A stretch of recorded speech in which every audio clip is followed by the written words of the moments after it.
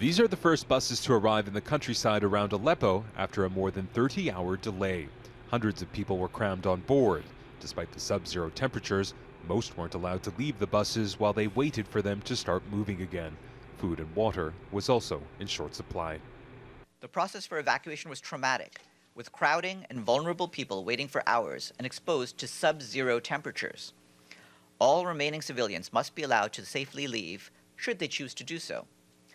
Access to people in need to provide them with life-saving humanitarian assistance is also urgently needed. At this transit point for the buses, most sat idle on Wednesday after Syrian officials suspended the evacuation operation.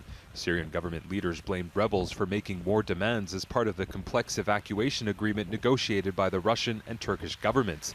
They haven't said what those demands are. Whatever the case, this is the first stop for many evacuees. Azaz is one of the largest towns in the countryside north of Aleppo. Freezing weather is making conditions grim. Snow is from the grace of God, but it's a bad thing for all of us. We are now refugees in Azaz. We have to live outdoors with the snow falling on our heads. We asked the world to look at Syria in this harsh cold. This is the tragedy that we from Aleppo face. Hunger, siege, destruction, and now cold. At least 25,000 people, including rebel fighters, have left East Aleppo since last Thursday. Many are headed to neighboring Idlib province, which is still under rebel control. The United Nations says food and shelter are urgently needed because of the high number of displaced people and poor weather conditions.